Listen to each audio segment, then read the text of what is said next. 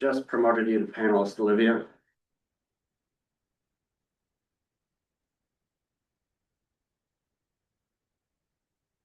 Oh, she's missing his 40 below. Logan's got a thing on his truck and he's driving around and it says it's 40 below outside. Oh, no.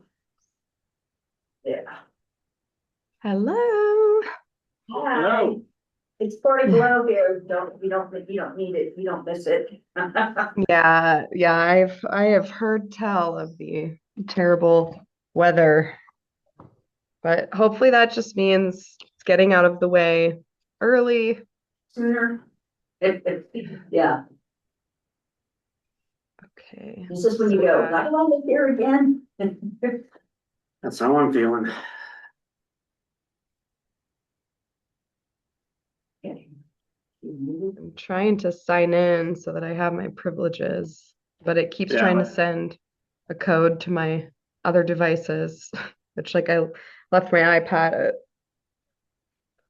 at home, but I can Hi. go down. Hi. Oh, here we go. Sign in, sir. Please, that's my Christmas present if you sign in.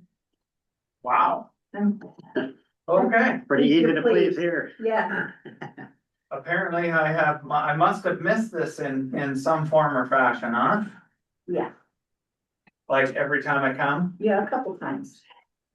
but nobody's counting, right? Nobody's counting. Okay. It just gives me an accurate thing when I'm doing my little Title VI report, you know. Paperwork, man, paperwork. I appreciate. So every Jackson, I can reclaim host if you want me to. Yeah, I was hoping you'd drive the packet. Yep, I'm happy to do that. Okay, reclaim host. I think that you'll still be able to stay co-host. Let's confirm. A little bit jealous there. You shouldn't show us that you're sitting there in that nice backdrop. What is the temperature there? You got to be like 120 degrees warmer than us. It's very warm, but it's mild because it's the land of eternal spring. It is 70 Fahrenheit right now. Aw, You're 100 plus Um, degree Costa Rica? Guatemala. Oh, that's tolerable. Guatemala. that looks wonderful. Yeah. Yeah, it is wonderful. You can't really see it, but there's a volcano in the background of me. Gotta love the backlighting.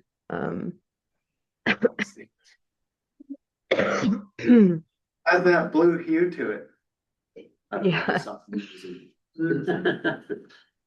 that water or no? Yeah, it's the lake, Lake Atilan. Okay. For some reason, it's not letting me reclaim host. Can you try giving me host? Is that possible? I mean, I You want can me to drive make the you packet. host? Like I can, if you can. Can I It make just you won't let me. You want me to make you host or co-host? I guess it doesn't matter. Co-host. Co-host is probably better in case something wild happens. But we had 2 very windy days, and knock on wood, nothing happened to the internet. So I think we're on the other side of the Guatemalan internet troubles. That's good. All right, I made you co-host. Okay, let's see. I mean, I can share it now, so I shall share the packet.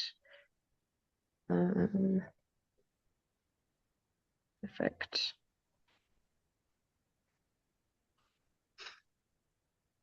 We can see it. Perfect. I We are love working. my little screen. Okay. Be a fast meeting, huh? There's almost nothing on the agenda here. We got off the lawn. I think most of these items we can make quick work of them, but you know. Hey, Brian, how are you, sir? I'm doing good. Didn't know you were gonna be here. Yeah, well, some stuff's come up. I was gonna see if I could buttonhole for about 5 minutes afterwards. Okay. So, but you got time? Yeah, I got time. All right. Anyone know about them? Yeah, it's 531. 531? Yeah, and if you forget, it's right behind you on the wall. So Big, it's big all numbers. Yes. All right. I don't know if I've seen you in person in over a year. I don't know. Seems like. Well, it's been. All girl, I think. Mhm. Yes, Real yes, estate finally seems to be engaged, so yep. stuff that is good.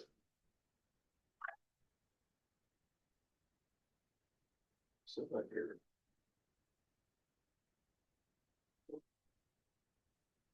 Good to see you.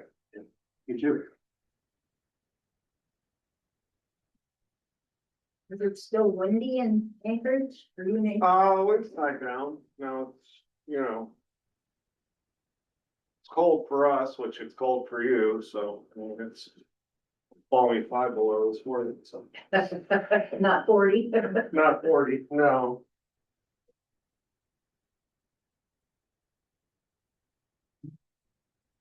I kind of did that backwards, didn't you? Yeah, Fairbanks only when it's warmer. all right. That's what you should do. Well, I just wondered what that wind if planes were flying out of Anchorage Airport. They were bad yesterday. That's what I saw on the news. The last few days have been bad, I guess, like Palmer and Willow, really bad. Maybe it's because they're down. Like in that valley or whatever. I flew down on the 5th and rode the train back on the 6th, and it was so windy on the train ride back that every time the train stopped, you could actually feel it Oh, wow. beating its way. And I thought, That's a big thing to move. that's a big thing to move. And it's, you know, once you're when you're moving, Yeah. it's on air, so it's Yep. no big deal. But when it stopped, Hmm. the air is gone and you feel it just beat you down, and you look out at the trees, and the Yeah, spruce yeah. trees were beating it so bad that they had to stop, manually stop at some of the crossing arms because they wouldn't have let it. Oh, sure. And wow, and our conductor had to get out, physically lift them, Yeah. Nice. go through, catch on the back end, Oh, close, and close it, yeah, yeah. or close it, then open it. Yeah, That's a yeah. little scary. Yeah, Dang. pretty well. And then I flew down for AML, Mhm. and it was rough coming in. They canceled the first flight because it was one of the little planes, Mhm. Oh, sure. and they decided that they'd only take the big jets. Yeah. And I think they've been doing that a lot. They do. But it was still pretty turbulent within the big jet. Oh, yeah. Yeah. I've been on a few of those flights in Anchorage, yeah, from this Holland. Happy to not be in a King Air. Right. Very Right. happy to be in a 7, I think it was 37 or 57, but yeah. Yeah. Big one. I remember coming in. Yikes. In Delta one time. Back, we were sitting on the back. Going up like this and I'm grabbing the seat and it's like, that's kind of scary. We were coming up out I of was like that. Oh, yeah. Carried me too. Yeah. There was We were a in a wild King Air. video of a diversion out of Anchorage, passenger flight, Alaska Airlines, where they came in and they were ready to land and then they aborted. And, updraft or something. well, it's wind shear at ground level is what Oh one my gets on. gosh. Yeah, I was just telling him, I was wondering if there were planes flying, but Well, it's settled down now, yeah. but yeah, they had some diversions. I watched the 747. I was watching it take off from the Ponchina Ridge and I was like, God, that jet is really going kind of slow. You know, 'cause Yeah, they The look like seven they're thirty-seven coming is right really, down on you. it was like, oh, that's not a 737. That's a big boy. Yeah, when I worked up north, we used to take a King Air, a 350 King Air and 10-passenger plane, you know, Mhm. we'd get into those winds that were super choppy. You felt like you 10 foot up or down Yeah, either yeah, yeah. way. It's the worst roller coaster ever. Yes. 10 foot, private. Yep. But you can't get off it. Yeah, and you're on there and Can't you're get off that nowhere to right. go. Wow, how On are that you? way. The good thing is that those almost never get canceled, so Mhm. real Yeah, benefit. right. You can fly no matter what the weather is almost. I'd rather they cancel, but yeah, yeah. Yeah, me too. I don't know, you go down to the airport, it's just so inconvenient to wait around 3 more hours for another Mhm. plane, and then hopefully you gotta see. Hopefully it's, yeah, yeah. Last time I flew, maybe it was the second to last time, we went to Anchorage for something. And get to the airport my 2 hours early, because I don't mess around with Anchorage security. If you get there 2 hours early, there's no line. If you get there 1 hour and 45 minutes early, Mhm. you will be stuck in 30 minutes of TSA line. Yeah, And So I get settled at my routine there. They go to 49th State, get halibut tacos. So get all settled, dinner and I pull up my phone, I'm surfing Facebook and there's the IT outage. I'm like, well, people are still, I'm not seeing any signs. Within 30 minutes, it was like, oh. We ended up there till, the flight ended up being 2 hours late. They get us on the plane. Okay, we're all gonna go. And then we sat on the plane for another hour, at least maybe two. And it wasn't the 737, it was the Embraer. And my seatmate was not a small person. It was just like, this is why I was really happy to see the travel ban. I got Teams message Ryan as soon as that came out, whatever that was, I was like, yes. Love a good travel ban. Zoom everything. That's right. You're welcome. Hey. Lauren.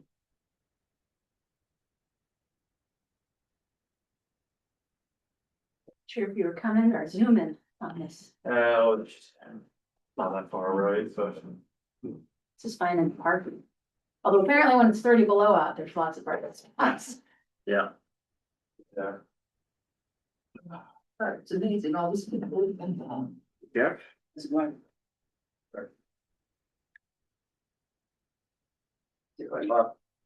Where are you? You walk here? Yeah. All right. Memorable. Sure. I thought about it, but. Yeah, I would have always do anything that's in the whole 9 yards. Once the city truck needs to be started, it was about. That, well, yeah, there you go. Yeah, so you gotta take care of that truck. I'm gonna get done.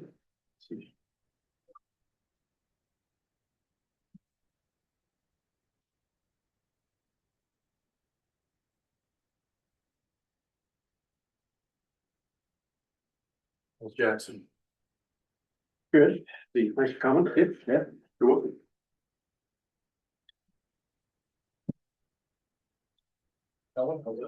Well, yeah. I think it's.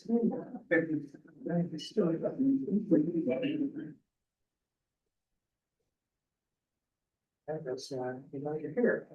We're looking to, invite you to a meeting in January that I'm gonna change the law. That works. There's something that's wrong with it. You'll have more information. by then. We're all still here. That's okay. All right. In the bar. Around That Brinson's, 3 PM yesterday. We're still there. Nope. Right, my sakes, well. It's gotta get better than that. Oh. I was actually just. All right, searching topics, I have a. It's very, very interesting. Last month or two. Very interesting. Stressful. Because the Indiana River was there, part one. For sure. Moody. Yeah. You would think it would be windy, but it's not windy. It's not. Wow. That's still water. Yes, I think I'm to road strong. It's just. It's not personal. I'm just glad you got something done. Because it was really trying to. I. It's crying.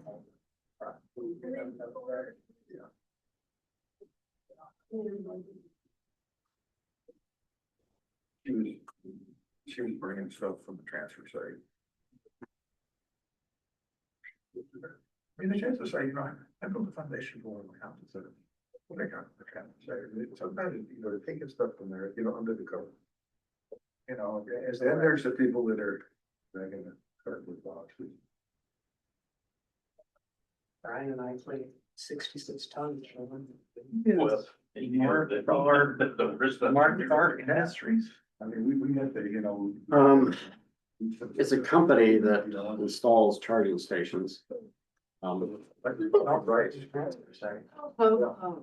Is that right? Merry Christmas. Yeah.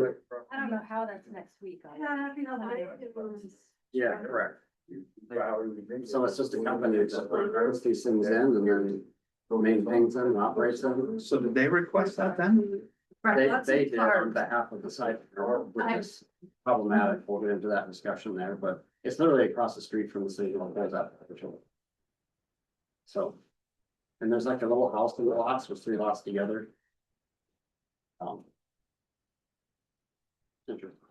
I think there's a figure in the packet that shows it.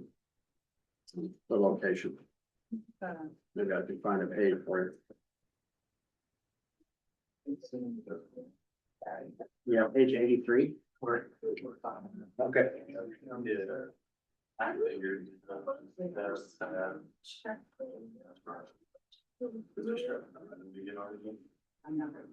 Scott, how you doing? Good. I'm out there. Yeah, I think that's. Is he recommend they get the job with Paul to send it to me?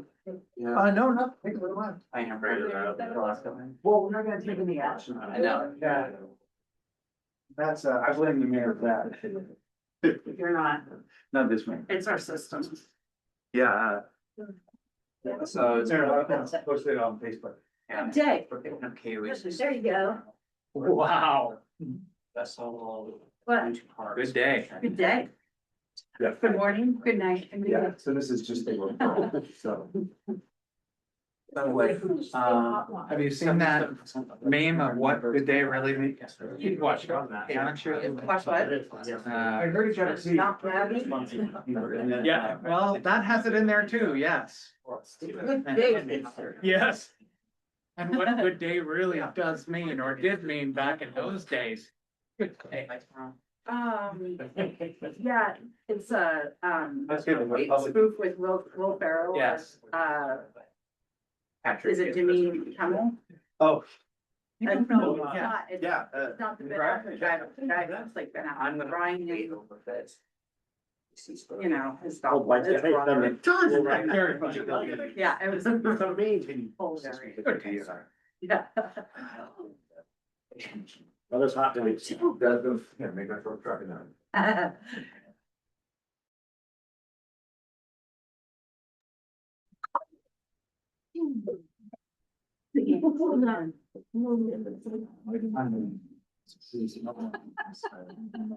Thank you.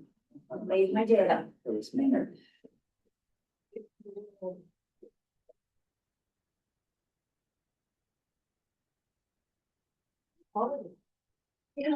For everybody to just be happy because it's Christmas and. breakfast. Merlin just have somewhere. So this year, like the kids handed me the Christmas list. We're to the street. None of it. Jefferson. Yeah. Her own edible slime. Oh. And so that's good. No, awesome.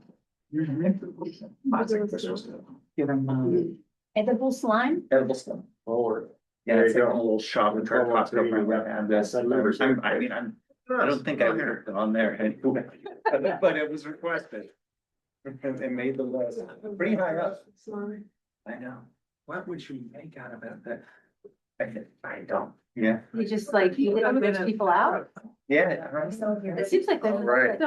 Well, Jackson gave me the eye and Debbie wants me to get ready too, so.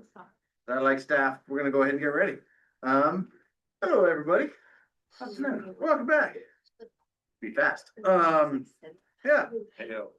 All right, call to order, we are in order. Introduction of members and attendees.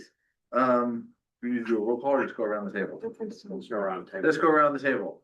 Hi, I'm Borough Mayor Grier Hopkins. Jackson Fox, fast planning. Scott Kraft, Fairbanks, North Star Borough Assembly. Larry Turge, Mayor of the City of North Pole. Lauren Little, Alaska DOT, yeah. Vince O'Neill, Mayor of City of Fairbanks. Crystal Tidwell, Fairbanks City Council. We'll start over here and go down the guests on the wall. Brian Roberts, Alaska DOT, Alex Spillman, Borough Planning Department. Bruce Dash, City Engineer. Jack Barnwell, News Minor. Ryan Lindenwood, Alaska Railroad. John Galligan, the borough.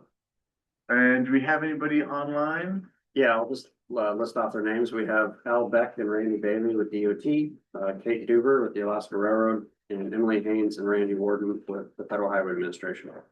Fantastic, thank you very much. Next up, we have approval of the approval of the December 17th agenda. So moved. I think one thing for the record, Nick Zarnik, our other policy board member, is online as well. All right, welcome aboard, Nick. Do we have a motion to approve the December 17th agenda? So moved. Second. All right, thank you, Mayor Church. Do we have approval of the November 19th minutes? So moved. We have a second? Second. All right, thank you, Mayor. Thank you, Mayor. Next up, as we're moving along, we're on to the staff report. Jack, you take it away. Yeah, thank you. This begins on page 22 in the meeting packet. Just a couple highlights here for project and planning meetings. First off, at the electric vehicle charging station project nominations, we did close the nomination period on November 21st, and we received over 10 applications. Those have been disseminated to the DOT team that's working on the design to deliver those to construction. And we also shared all those project nominations with our full technical committees to begin their review. I did assemble some preliminary evaluation criteria to try to score those and put them in priority order for the policy board's approval. But as we kind of dug a little bit deeper into these project nominations with DOT staff, as well as our technical committee, a lot of questions came up, in which we're gonna, I guess, delay this recommendation from coming to the policy board until a future month. It might be January, it might be February. But some of the outlying issues are with the applications is a number of them are on private property. Some of the applications that we received were from companies that install and operate charging stations, but it wasn't actually the property owner that submitted the application, which can be problematic. On the right-of-way acquisition side on DOT, I don't think that we entirely have good clarity yet on if we install one with federal money on private property, whether or not DOT needs to acquire that parcel or an easement for which that station sits on.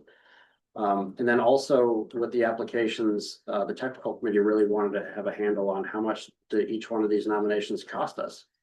Some were level 2 charging stations, which is a little bit slower charger. Some were level 3 fast charging stations. There's a really big difference in price point between those two. But the technical committee also discussed what's most appropriate at these locations. Is it a level 2 or a level 3? So for example, if you have one at a shopping center or a grocery store, a level 2 might be sufficient because you plug in, go shop for an hour or two, come back out, and you have enough charge to get you home or top off your tank, so to speak.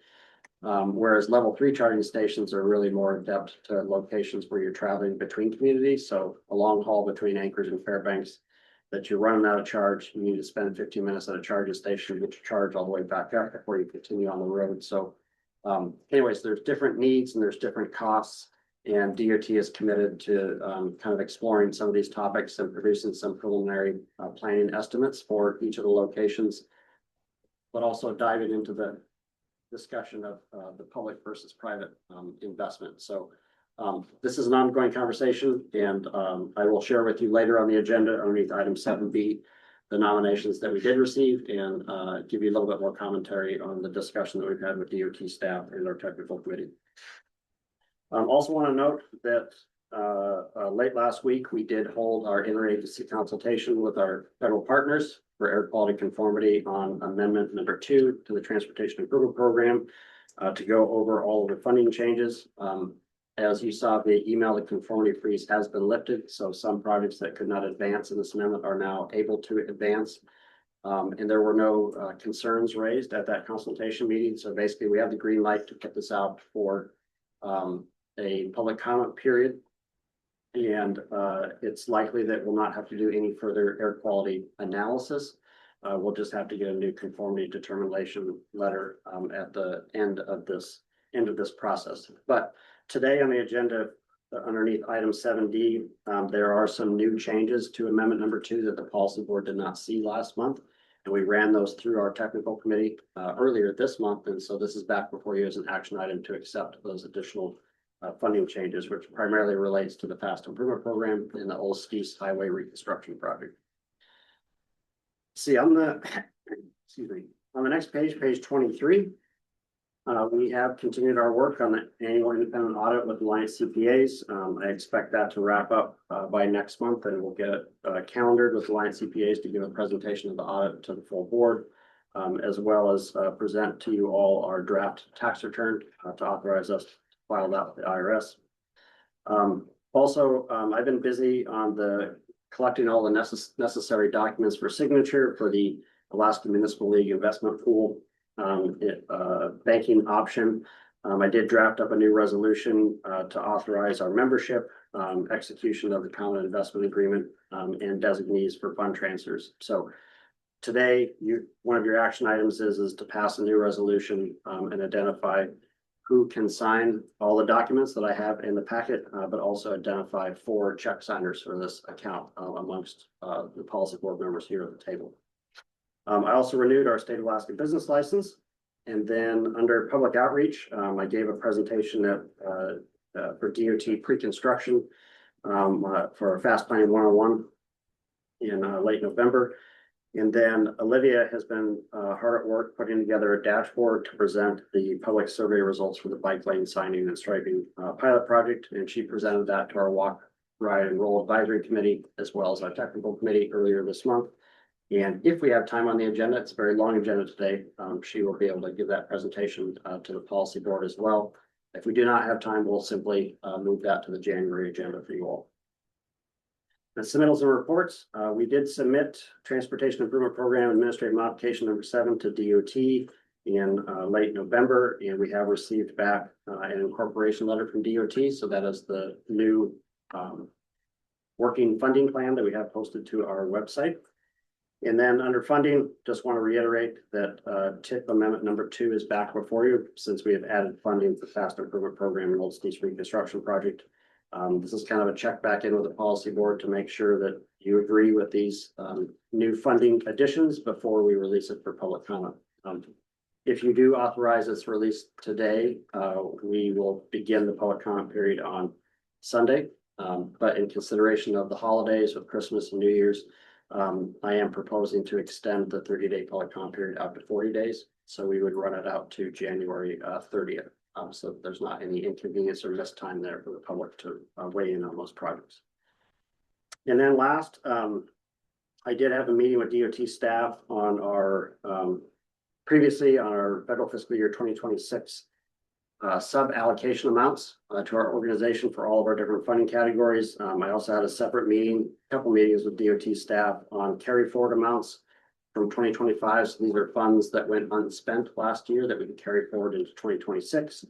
And so what you'll also see in TIP amendment number 2 is capturing that carry forward amount. So it's an additional $500,000 in surface transportation program dollars and an additional $200,000 in transportation alternative program dollars. So we're adding on the revenue side an additional $700,000 into our funding plan as part of this amendment.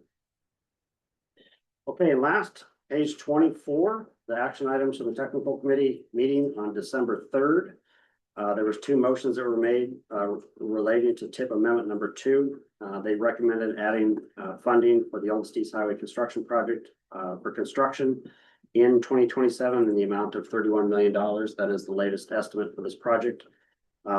In this funding plan, the year 2027 is actually an informational year. It's only the first 4 years that have to be fiscally constrained. But if we do program it in 2027, it does provide the opportunity for DOT, if they want to construct it in 2026, to advance construct that into 2026 and move that forward. And this was an idea that came up from DOT staff for that meeting, and the technical committee voted in the positive unanimously on that. But we've not received anything yet in writing from DOT committing to funding that project in 26 or 27. So I'm sure we'll discuss that later when we get to that item on the agenda. And then also related to the Fast Improvement Program, there's 2 funding increases that the technical committee recommended. First off is that recently here, a couple weeks ago, we received a new estimate for the Fast Improvement Program for the bundle of projects that go in construction in 2026. Based on the bids received for the 2025 program, they took a new look at that estimate and plugged in those unit prices from the most recent bid, and this raises the estimated construction funding amount from 2.4 million up to 3.1 million, so $700,000. Fortunately, we got $700,000 in carry forward funds, and so we're able to cover that if the policy board agrees. And then also we're adding in some placeholders for design and construction funding for the 2027 construction program. So 200,000 for design in 26 and 1 million for funding in 2027.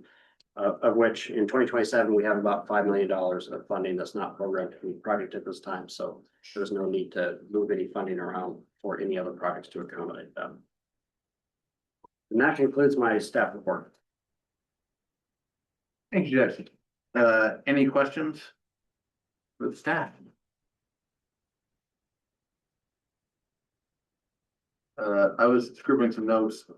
Like I said, the $5 million that has not been put on any project, so that's available for projects of some sort in the future that the policy board could look at.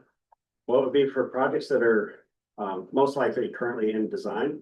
So if a phase of Holmes Road is ready to move forward, or if Main Street is available to move forward, we do have existing projects that are in a design stage that potentially they could be delivered to construction in 2027 to soak up that money.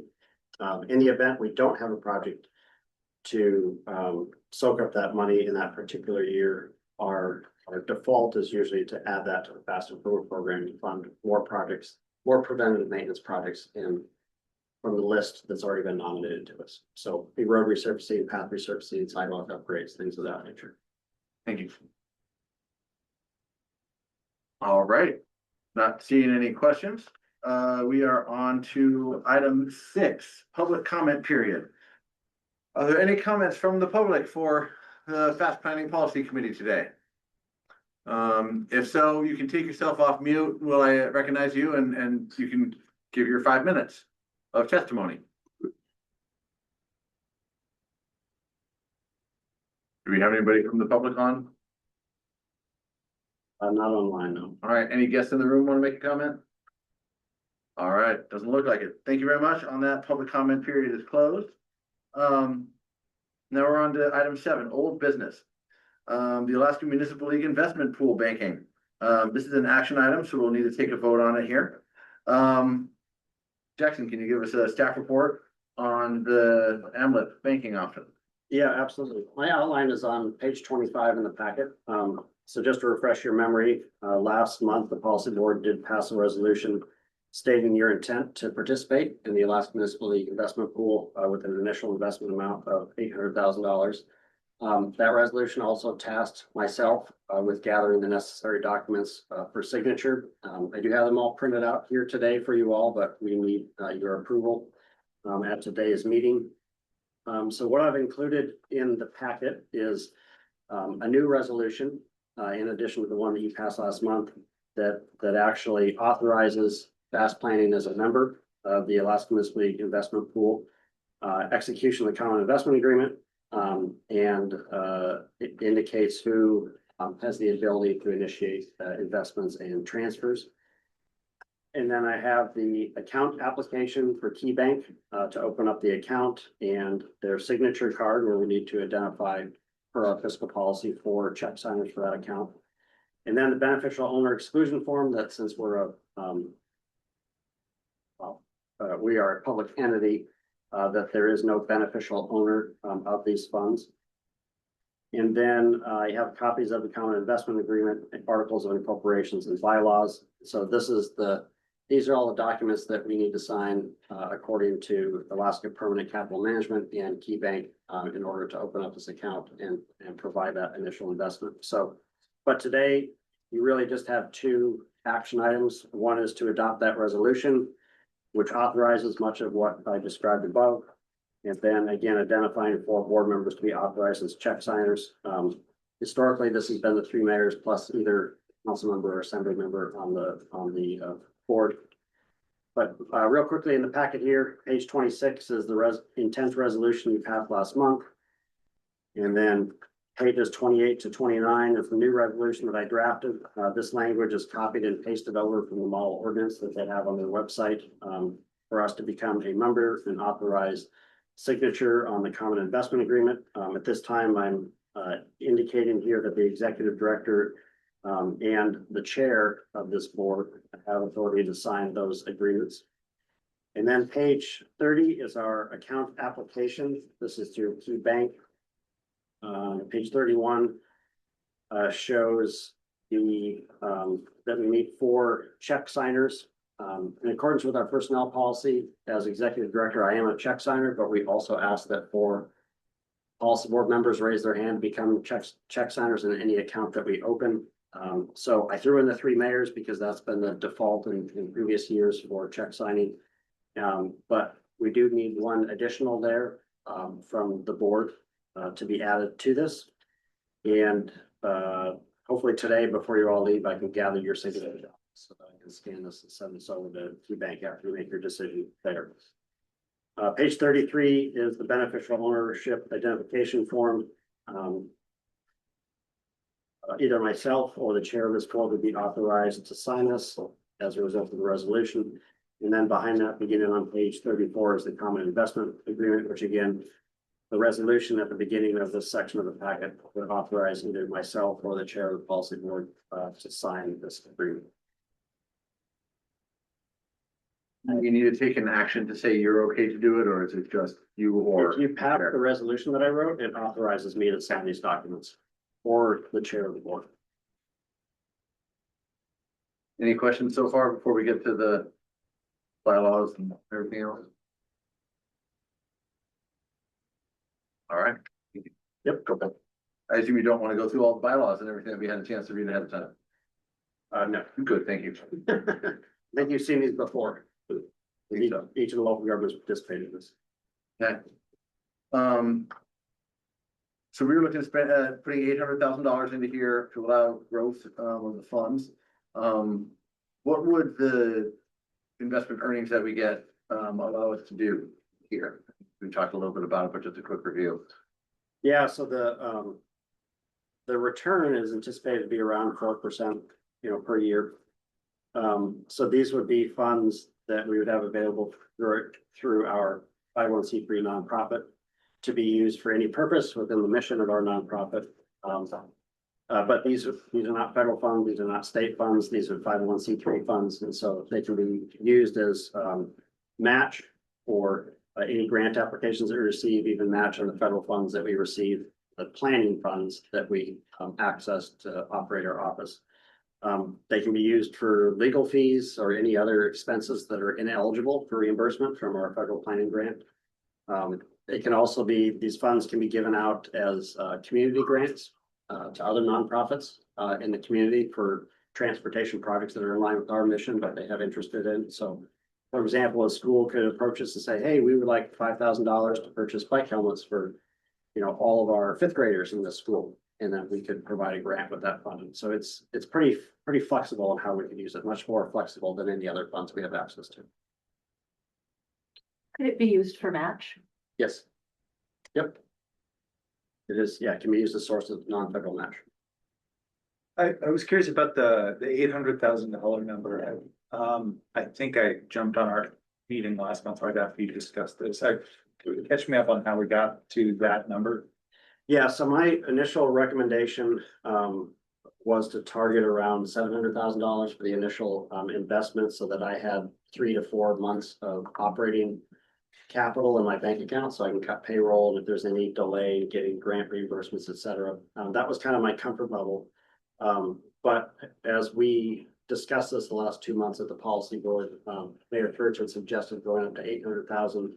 And I reran the numbers and I'm okay with that amount because this account is so liquid that if we want to pull funds from it, we can get access to those funds within 1 to 3 days. So probably 3 days max. So if we had an issue like that came up, I could pull money for operating. So I am comfortable with the $800,000 amount.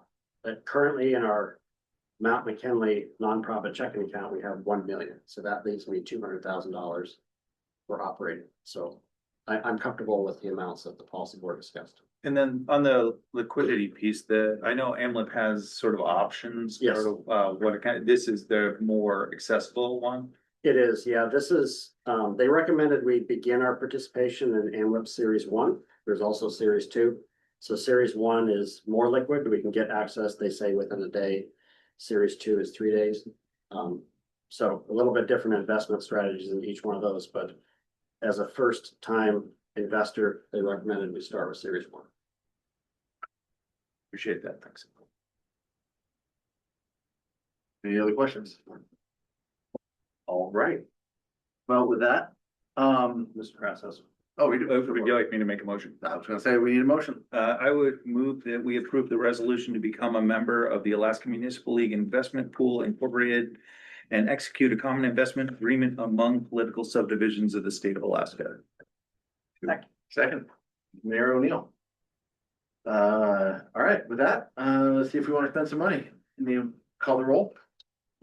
Yes, like for clarification. Invest some money. Invest some money. So the other action here today is to identify 4 check signers from the board. So could we get like an amendment for that? You want to do that in 2 separate Or ones? do you want to do 2 separate motions? Doesn't matter. I think 2 separate might be cleaner for keeping track of it later. Okay.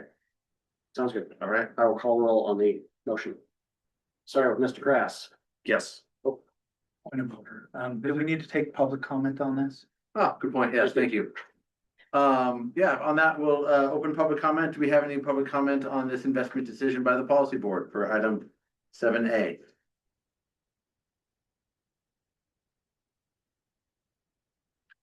Not here in the room and not online. All right, thank you very much. Thank you for that. We're gonna go and close public comment. Now we'll take a roll call. Okay, Mr. Grass. Yes. Mayor Church. Yes. Ms. Little. Yes. Mayor O'Neill. Yes. Ms. Tidwell. Yes. Mayor Hopkins Yes. and Mr. Zarnecki. Yes. All right, thank you, everybody. With that one, how would we like to, we have 4 check signers here now. We need to pick one more. You said traditionally it's the 3 mayors. Fortunately, we've got additional options here for people who live in Fairbanks to be check signers. Is there a normal 5th person on here? Or do we just want to approve those 4 that are there and call it a day? So we have to have 5 totals. 5 total. In accordance with our personnel policy, I am a check signer, and then there are 4 additional policy board members, in addition to me. Gotcha. So, and everything, any account transfer, withdrawal, et cetera, needs 2 signatures. So it's typically mine plus 1 policy board member. So traditionally, it's been the 3 mayors plus a council member or assembly member. So, but up to you all. Chris, George. My suggestion was gonna be maybe Lauren Little, since she is the only other unelected official that is in Fairbanks and could sign checks. Just through the rotation of elected officials, if there is a gap where we need something just to make sure that we have the check signers that are needed to be able to move that forward if there is a gap in between elected officials on the board. That's fine with me. It's, you said it's usually a city or assembly person. My other idea would be Ms. Tidwell, because she was just elected, so she's got at least 3 years on the council. But I'll go ahead with Ms. Little, it's fine. So we want to make a motion.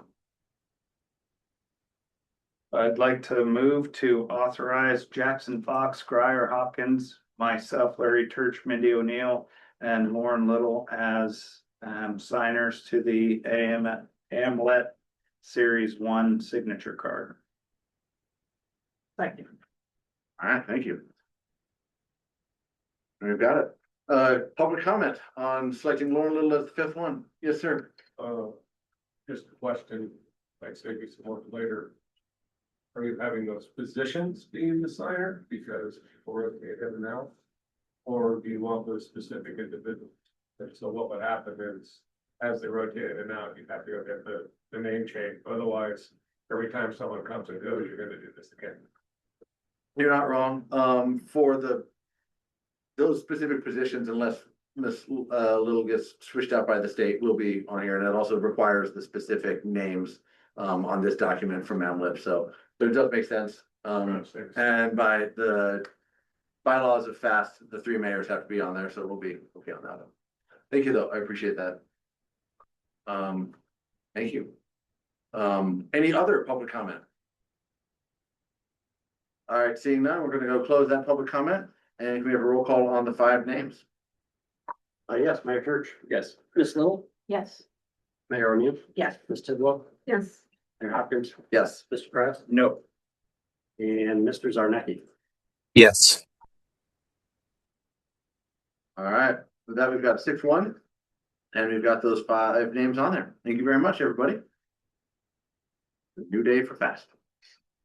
All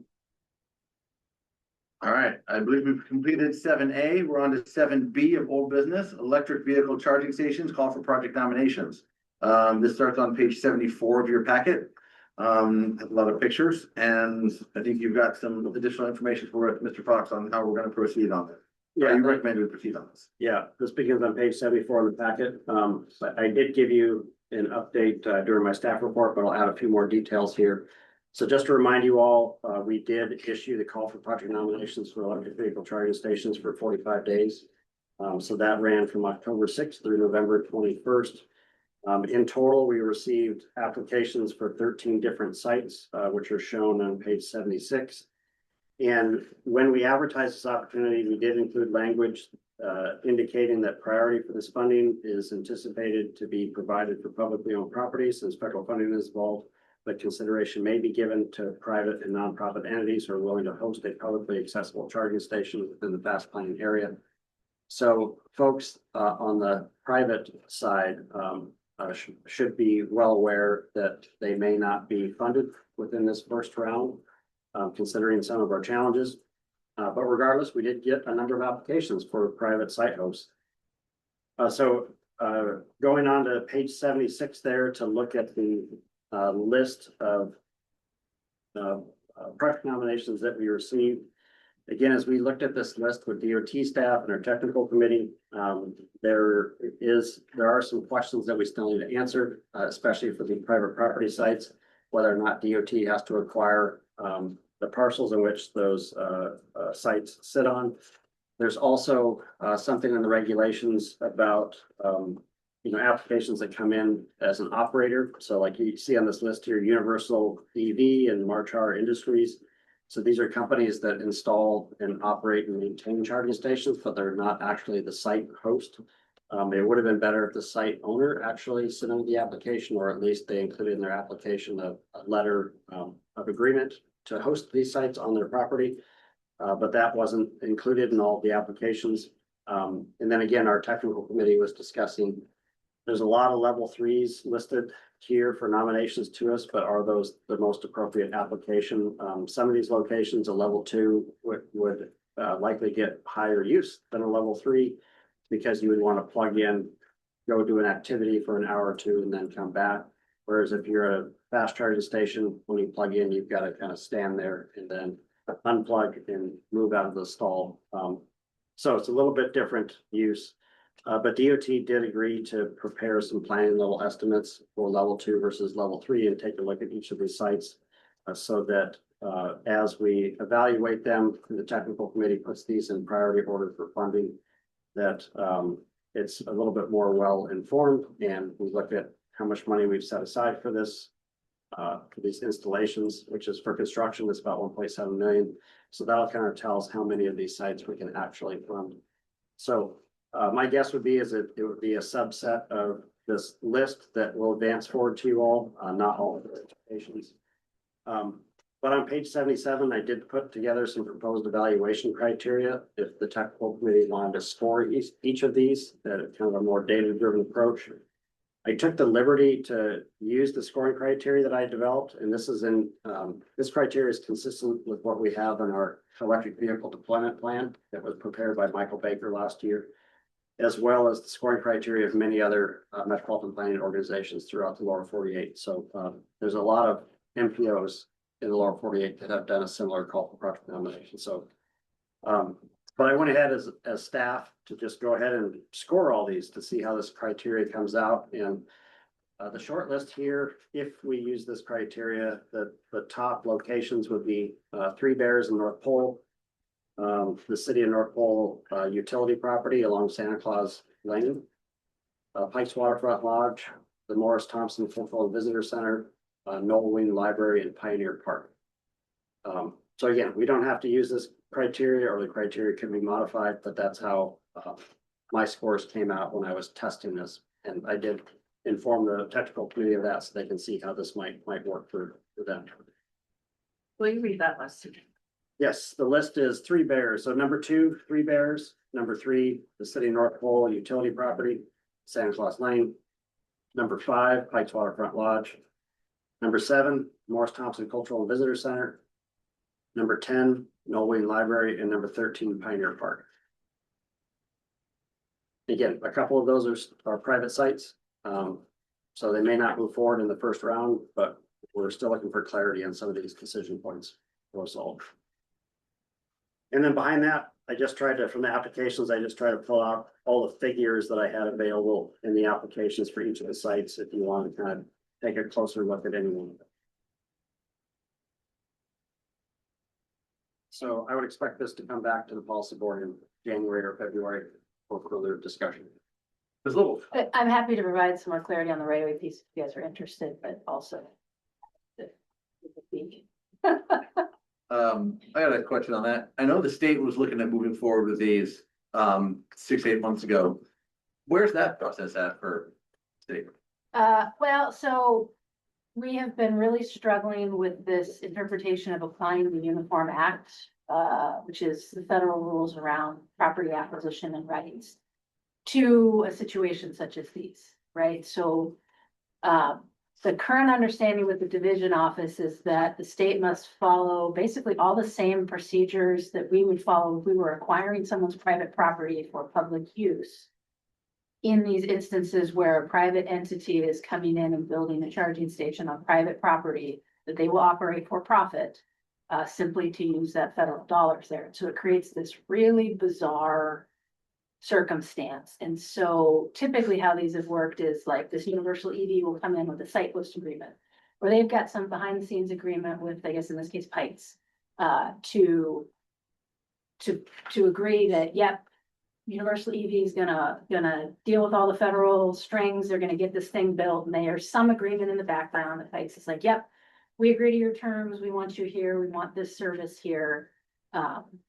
And all that's required is that the property be encumbered for 5 years. So if at some point in that 5-year period, Universal EV and Pikes get at loggerheads, Pikes says, get off my property, well, then they'd have to pay this. Someone would have to pay the federal dollars back. But navigating a typical appraisal offer, it's not a timely process to acquire private property rights. And it's odd too, because DOT isn't really acquiring private property rights. We're simply, but Federal Highways is saying, no, you DOT are responsible for all this. You have to acquire the private property rights. And we just haven't sorted through those details. And so that's where the public domain, or even if Pikes had applied as the landowner, that would make it much simpler, that there is no acquisition going on.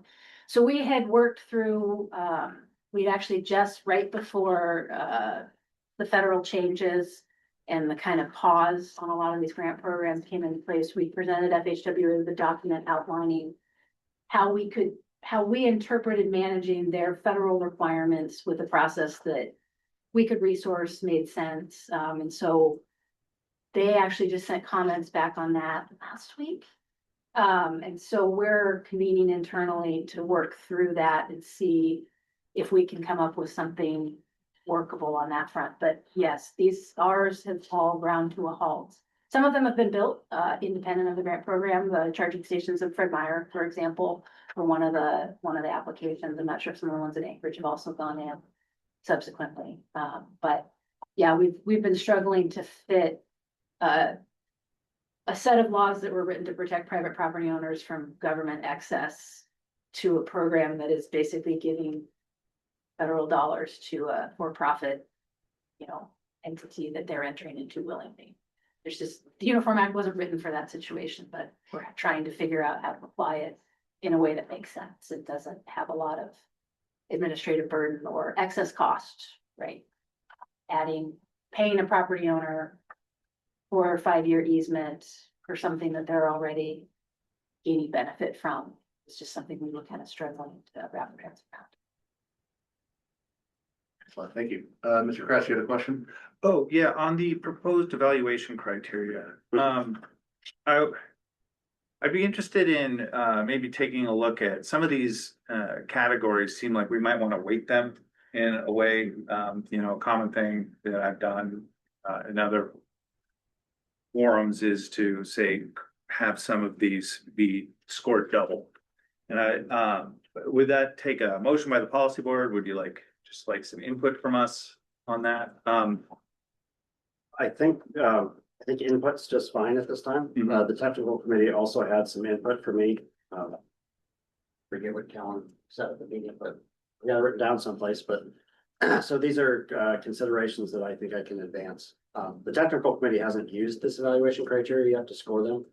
So this was just kind of a first pass. Oh, so But if you have input on what particular categories you might weight higher than others.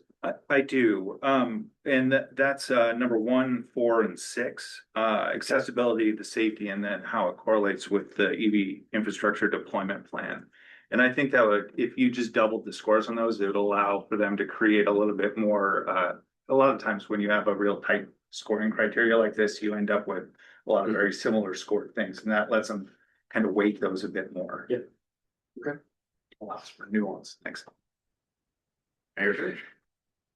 In this, did you use any of the INRIX data that the state has access to find out where the majority of the EVs were used? And that might also be a criteria that gets added into the proposed evaluation category. If we have 6 EV vehicles that are in the city of North Pole, but there's 100 in the city of Fairbanks, the possibility of using those in Fairbanks is much greater than the city of North Pole. Is there a way to track that, I guess, Lauren, in the INREX program using the EV potential category as a possible evaluation? I don't know if the data is that granular. I'd have to look into that, but certainly some sort of public survey could maybe outline where folks feel like they get the biggest bang for the investment. I think we do believe that there's quite a bit of the military folks are driving EVs, which kind of would indicate east side of Fairbanks and North Pole. But yeah, I'll ask Christine. That kind of granularity is available. Yeah. Jackson, is your intent to have this go through the scoring criteria, go through the technical committee, back to the policy committee based on the input that you've gotten here today? Correct. That's our typical process where we have the technical committee score and rank these. And then that recommendation comes to the policy board. So you all don't have to score and rank these, but you take a look at that list and see if it makes sense to you. So for example, in the North Pole, there's 2 competing stations on either side of the street on Santa Claus Lane. It doesn't make sense to fund both of those. So, I mean, policy board will be able to take that list and make a good decision, but it'll just be a recommendation from the policy board. They'll do the work of ranking these for you. But you can agree to disagree with them if you like. And so Jackson, is that saying like the scores will be a recommendation, but ultimately policy will select the final All score location? gets to select the final locations. Okay. Yep. On the similar concerns about private property selections for these, especially by people who don't own private property. Are we running into any of the similar private property acquisition concerns that the state is running into? Well, yeah, I think that's what we're, That was the same thing. The Same thing. state's Okay, great. administering all This- of yeah. these. Right. Gotcha, looking okay. into this for us. And then another quick question, Mayor Church, looking at the city of North Pole's submissions on page 82 is the map. The corner of Fifth and Santa Claus Lane was the recommended location. Is that you guys might have the utility spot or the property right there. Is that the corner, is that the insurance agency that would be in the parking lot, or would it be over on the Terry Miller Park side? It is behind the proposed location that was put forth is actually behind the State Farm building, in between the State Farm building and the senior center. Have we talked to the State Farm people if they want that? I know it's not their property. They have not. They have not, yeah, but it will be right back up to their building, which is a concern when you think about EVs, if they do catch fire. That could potentially be a hazard if it's right next to another building. It's kind of nice to see a lot of these out in the parking lot away from the building. If something like that does occur, it'd be catastrophic to a property owner or building owner. Might be interesting to see if we're able to move forward with the Fifth Avenue Park rehabilitation through the KIP, if we want to put one there. Yeah. But I don't know, we can discuss that. That'll be a February timeframe for when that funding moves forward. That would be a great location. Thank you for that. Yeah. And then these are, Mr. Fox, these are recommendations from each group, in terms of small tweaks or, changes in the applications. Is that available going forward still as we select the spots to review, or are we pretty much locked in on how these applications were submitted? No, I don't think we're locked in on how they were submitted. Again, we're having this discussion too about level 3 versus level 3. Yeah. So despite the fact that a site owner submitted an application for a level 3, in discussing that site with the site owner, we may recommend, well, I think it's actually more appropriate that you have a level 2 here. And it's cheaper than a level 3, and so we can accommodate this easier. I mean, even down to the electrical connections, level 2s are, they can plug into the existing motor vehicle plug-in circuits that are in the parking lots. But a level 3 would need a new line running for them. So thank you. As these conversations unfold, the applications can be tweaked so that they make more sense. Does anybody have any other recommendations on the scoring criteria on page 77 or questions? The 9% match, I believe that would go into this, that would be paid for by the applicant or by the landowner or by FAST. How would that 9% match be paid? Depends. All right. If we're using carbon reduction program funds, it would be paid by the applicant. If we're using congestion mitigation and air quality funds, then the state covers that one. So, It depends. so. I believe the program, I'd have to look, but I believe it's a mix of those two funds, but also carbon reduction program funds. May not be in the next transportation bill. And if we don't move on these with the funds that we have currently available, that program may go away. We may be reliant on congestion mitigation air quality dollars, so. That's something that comes a little bit later. Okay, thank you. All right, that was just an informational item. We'll probably circle back in January, February to further discuss those. We are on to item 7C of old business, Chena Riverwalk Stage 3 right-of-way acquisition options on page 93. We got a staff report on this one and probably discussions with the railroad or insert on it. Yeah, let me start here. So yeah, beginning on page 93, this is a memo to the board here. As I understand, negotiations have progressed between the Alaska Railroad and DOT right-of-way division. It was an option that was mentioned during your executive session on September 24th. But not really fleshed out in detail. They have fleshed that out in more detail. So there is a new right-of-way acquisition option that I'm going to have Brian Roberts probably describe to you all here today. And again, the amount of that it would cost to move forward with this right-of-way acquisition option, that amount that they've negotiated is not public information here at this meeting. But just to remind you all, on page 95, we did set aside, and we need TIP administrative modification number 7, $800,000 for the right-of-way phase, not knowing the number. But I think that I guess my hope is that we're in the ballpark and that number could be adjusted up or down. But what's happening next is that I guess today The railroad and DOT would like to see if the policy board supports this new option. With you all passing a motion of support for that right of way acquisition option with the understanding of how much funding that we've set aside. And then this is gonna go before the railroad board at their January meeting for approval of that option. So if we could show the railroad board that you all are in support of this option, it may be have a higher chance of success at the railroad board meeting in January. And the only other thing I'll mention is that the cost estimate for this project for construction has increased significantly. I'm not too concerned about the amount, but at some point, I think that potentially our January meetings, it would be good for DOT and the city to present the latest design to you all and share with you the new number. Because $2 million of additional funding will need to be added to the construction phase when we're ready to take this to construction based on the latest design. Brian, would you like to present the right of acquisition option or say? Yeah. You wanna put the figure that you're out there, I could Page talk 95. through it a little bit. Is the 95, the 2.8 million, is that 2017? But yeah, again, I'm Brian Roberts, I'm the Northern Region Right of Way Chief. I've been negotiating with Tristan Graftrick for the railroad.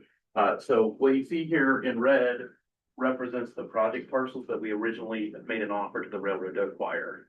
The biggest thing is we have to have what's called a sufficient interest in order to construct, maintain, and operate. We've been working on that for several years. When we were here in September, we presented different options, the executive session. After that, the railroad did approach DOT with a potential settlement that would give us sufficient interest, which would be a fee interest. Part of that, because of the construction of the project, because of the path, it would sever this area in blue from the rest of the property, which of course may change the nature. These are intended for development in the future. So what we have before us would include the project parcels, but it would also include an acquisition of this area in the blue. So if this is to be approved by the railroad board in January, we have agreement, it would include, so we would be acquiring what's in red, and additionally what's in blue would also be owned, which is essentially floodplain and floodway. So not a lot of development opportunity there, but it would allow the project to move. So, and one thing to highlight for the board, what Brian is saying is that this option would be purchasing this property. Correct. So this would not be a lease. This would not be a permit. This would be outright purchase of the riverfront. Underneath the project. Correct. So this is an option that was discussed in our executive or mentioned in our executive session, but not discussed at length. Yes. But that's the option that we're hoping for a motion of support today to give to the railroad board. Are there any questions for Brian or Jackson? Mayor, So, the request today is to approve this without knowing how much it's gonna cost. So this doesn't finish out the right of way acquisition process. This is just a motion of support. Yeah, the cost for this project has increased, and that will need to come back before the technical committee of policy board for approval, but it's been a long time since, well, a lot of you are new members, but a long time since the policy board technically have seen the latest design of the project. on the, oh, Ms. Little. So if we move to approve this direction, at what point is the actual acquisition cost expenditure approved? Is this the last sort of control valve on that topic, or is there gonna be something else that comes in front of policy before actually cutting a check? I think that'd be a question for Brian. I don't know how the right of way process. Yeah, progresses so from here. it's a little delicate, right? As Lauren mentioned previously, this is subject to the Uniform Act, which has confidentiality requirements. And so when the actual figures are presented to the policy board last time, we were in an executive session for that reason. So I guess you could go either way. You could go forward based on what you have for funding. I gotta be, like I said, a little bit delicate what I say. So you could do it that way, and this would be the final time it comes before the board, before we come to agreement with the railroad, pending the railroad's approval by their board. Or after the railroad meeting, we could come back to the policy board, go into an executive session and talk through the specific numbers as best we can. And then that could be the final approval. So I guess it really could be either way. So right now, functionally, we haven't authorized phase 3, we have funding authorized in the tip, as long as we're within those parameters. There's no direct mechanism for FAST to be involved other than an understanding of us here today of what our expectation is of DOT. Correct. Okay. Yeah, Chris. Yeah, I would say that this, out of the options that were presented, it does strike me as it should be a fairly fiscally prudent solution to this issue. So I'm comfortable with it being within the bounds of what we've looked at and moving forward. But I understand that you were not in that executive session, so this makes the bit more of a blind leap of faith. So just for my own clarification, if we say, basically what we're saying is, yes, railroad, we are interested, and then they go have the discussion at their board meeting. Yeah, go for it. So we've received an administrative settlement offer on this. It's been Okay. preliminarily approved by DOT. It has to go for final approval next month before the railroad. So if Gotcha. the railroad board approves it, then we would have an agreement in place at that point. We still could say yay or nay if we wanted to move forward after that, I mean, we depending on can how make the that, resolution is written. yeah, I can speak with the railroad. We can make that a term of the settlement if need be, yeah. And then who, in the way the funding mechanisms are moving forward, can you clarify that? And then who would own the property? Who would hold the right of way? Based on the way it's set up now? The current options, DOT acquiring the property. Okay. And then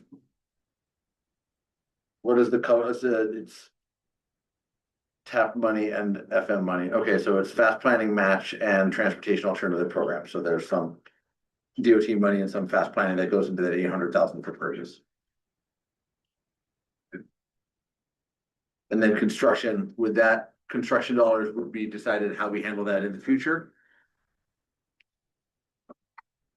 And Mr. Kress, I'm ready with the motion when agree. Mr. Kress has a motion. I move to support the preferred right-of-way acquisition option for the Chena River Walk Stage 3 project. Second. All right, for that, we have public comment. Do we have any public comment on that motion on the table?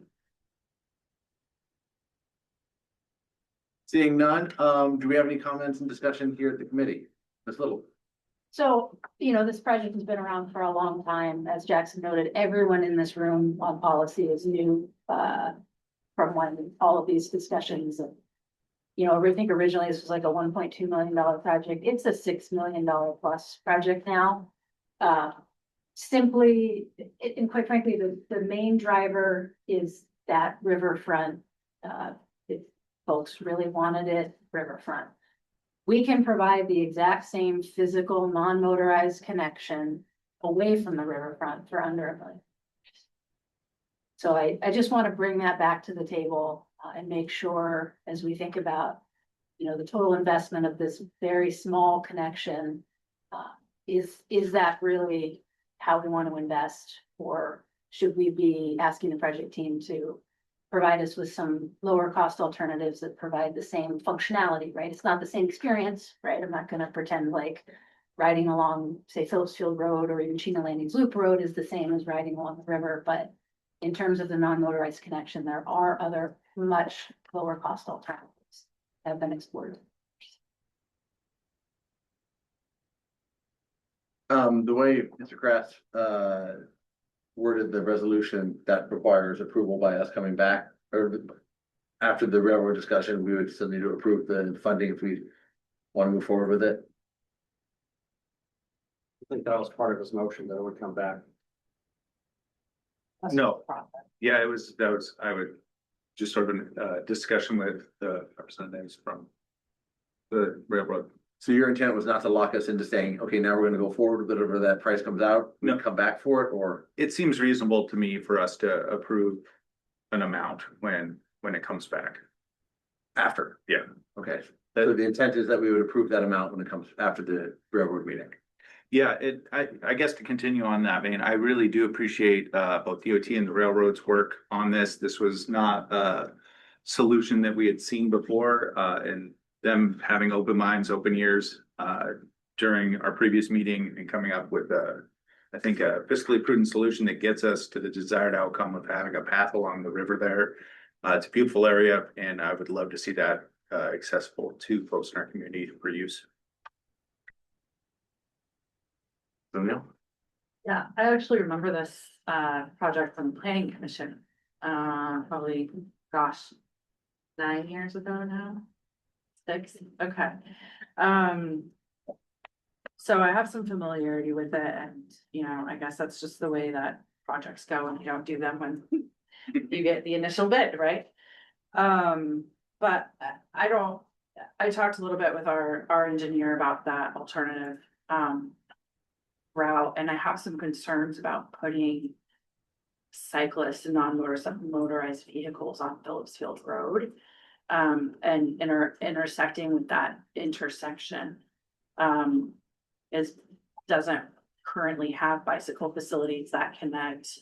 And there's a lot of traffic that goes through there and a lot of fast traffic that goes through there. So I'm concerned about that. I also wonder if it really meets the intent of what this project is, which is a project to have a type of experience. And I think if we want to provide that type of experience, we have to pay for it. If we don't, then we get a different experience, and that doesn't meet our goal. So I'm comfortable with this motion and continuing on the conversation once it's gone through the railroad. Thank you. Looking at, looking at the project estimate there is from 2017 at 1.5 million for beyond years for construction. Sounds about right. That would certainly, increase fourfold makes about sense, but I think seeing what the railroad comes back as and purchasing it, so we have options in the future. Gives DOT and fast planning an opportunity to be flexible with what it looks like in the future. It doesn't lock us into spending $6 million tomorrow. So I agree that having it on the river is much nicer than having it on the neighborhood road, even though the whole connection along Phillips Field Road is a wonderful dream. Miss Little. So I just want to clarify, if we do acquire the right of way with federal funding and we do not advance the construction, we will have to pay that money back to the federal government. What is the timeline for that? It's hard to say, but if this policy were to make a decision after that acquisition was done, that we didn't need that right away, when we closed out that project, we would have to sort out all of that and how we deal with the fact that we purchased stuff that the federal project actually didn't need. That has to be paid back. So just a point of clarity there, like once we do expend those federal funds, there is a commitment to now building that path in that right of way. That sounds good. Miss Mayor O'Neill. Yeah, in the previous discussions or in the technical committee, has there been any discussion about extending a bicycle lane throughout the whole of Phillips Field Road? To be a connector? I think, Am I- a question for the railroad. Yes. You're laughing. It's been discussed. If you have a box of worms, I'll open all of them. It's been discussed many times. Obviously, that is a railroad operational area. The right of way for Phillips Field Road is a little bit unique. It's actually part of a permit with the railroad. It's not necessarily the same type of right of way as say Pegger Road is. And so that has been a potential issue. I think we also should be aware, when you start talking Phillips Field Road, we start talking about some of these major infrastructure projects like AKLNG. You've got Flow Line there, where they're doing a lot of that pipe work. It could become a really busy area over the next 6 years or so. So I don't think we should lose sight of that, that Phillips Field conversation, but yes, where all of this connects and stuff, yeah, it's just kind of a really unique project and a really unique area, being that railroad yard area. Yeah, that's helpful, thank you. To extend the conversation, you're not wrong. If it does become that busy of an area with any AKLNG development, people are not gonna stop walking along the Phillips Field Road just because there's bigger trucks. So maybe the need for, you know, separated path or safety path along there becomes even more important. Or But- maybe they just use the river path. Beautiful one along First Avenue. There you go, yeah, 100%. Could not agree more. All right, with that, we have a motion on the table with the intent behind it that we would come back and approve the funding after the railroad meeting discussions in January. Ms. Little? Could we get that resolution read back? We may need an amendment to capture that. intent. Yeah, Todd, can you read the motion back to us? No, All I have is to support the preferred right-of-way acquisition option for the Chena River Walk Stage 3 project. And I don't know the particulars, but he said it really well, so I don't know if he has it written down or not. I do, and that was, you quoted it just right. What was the second on that? Church, Mayor Church.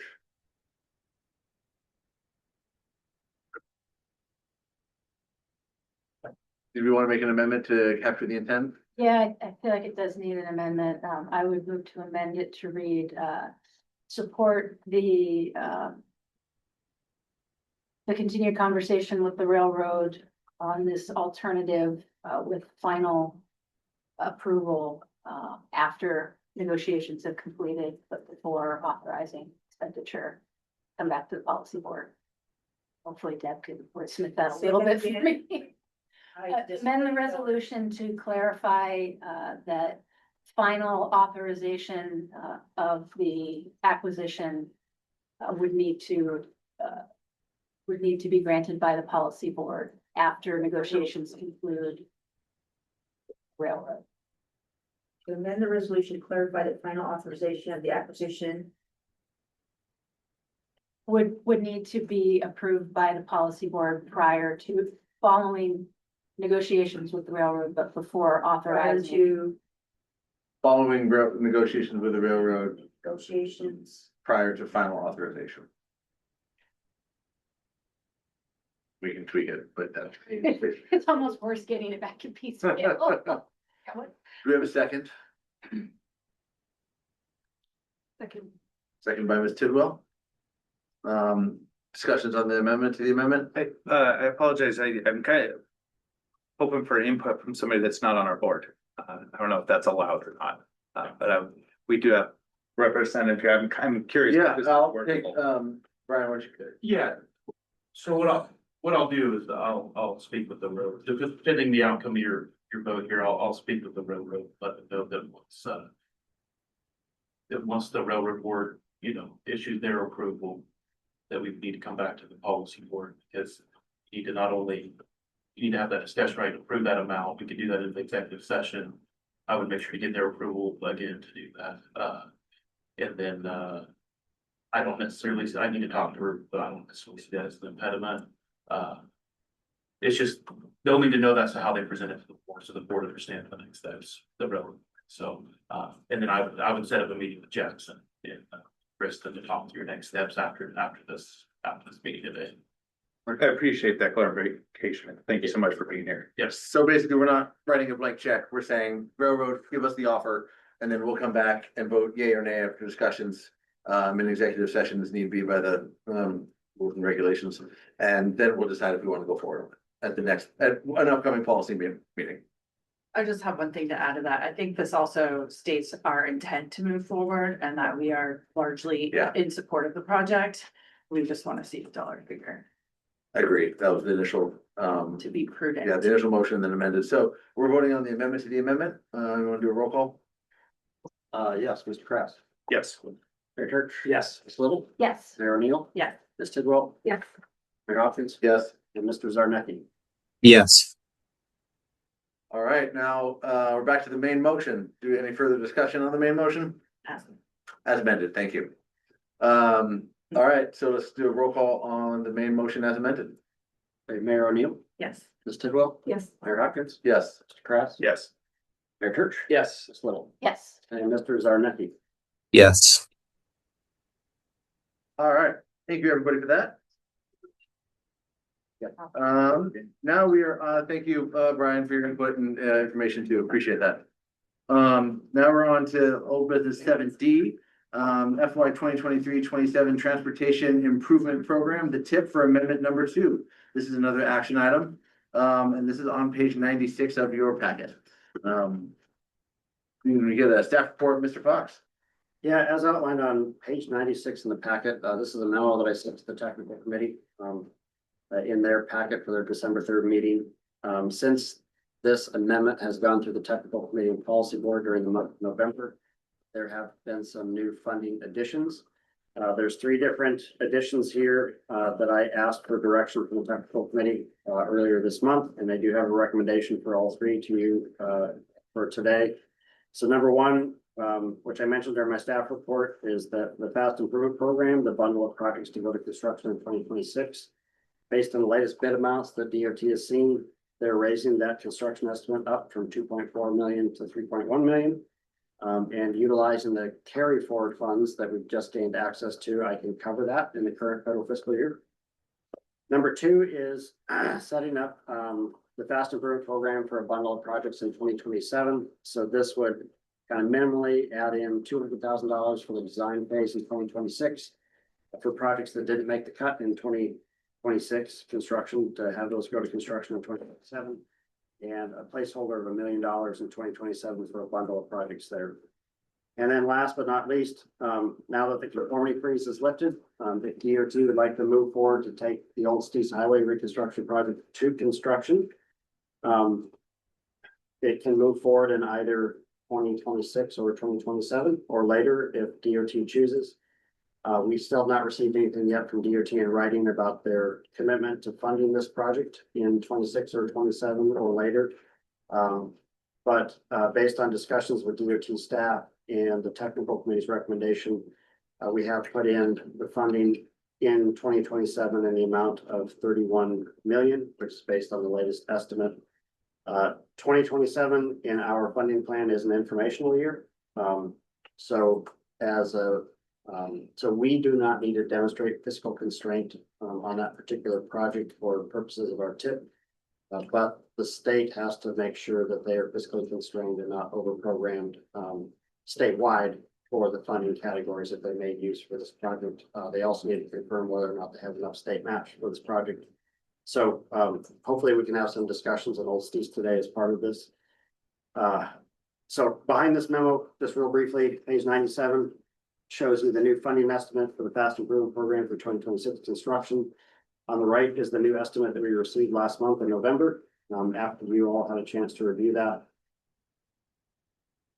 Page 98 is action items, which I presented during my staff report earlier. And then page 99 is the actual amendment, highlighting the 6 funding changes for the Fast Improvement Program, the Fast ADA improvements, Old Steves, and the couple projects out of Parks Highway Sheep Creek Road extension.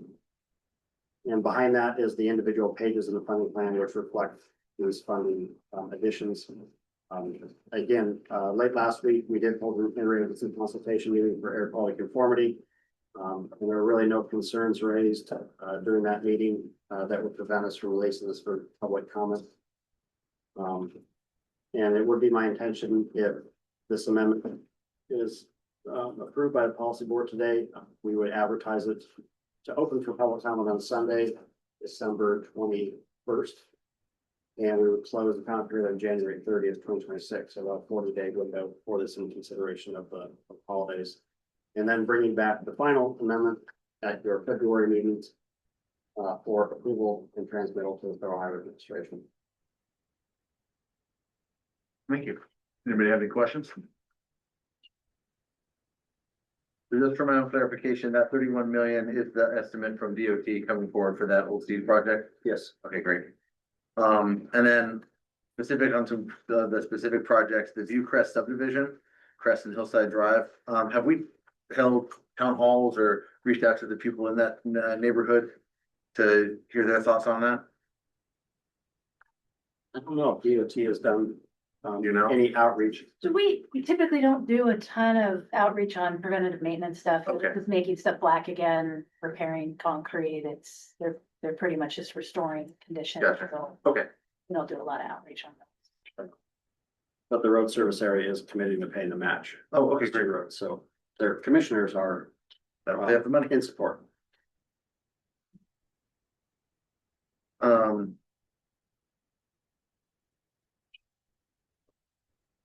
Any other questions on this? On the individual projects, the Scarlet Trail winter access. Is that just some brush clearing or it's a pretty low dollar amount? I don't know, no idea. I don't know much of it.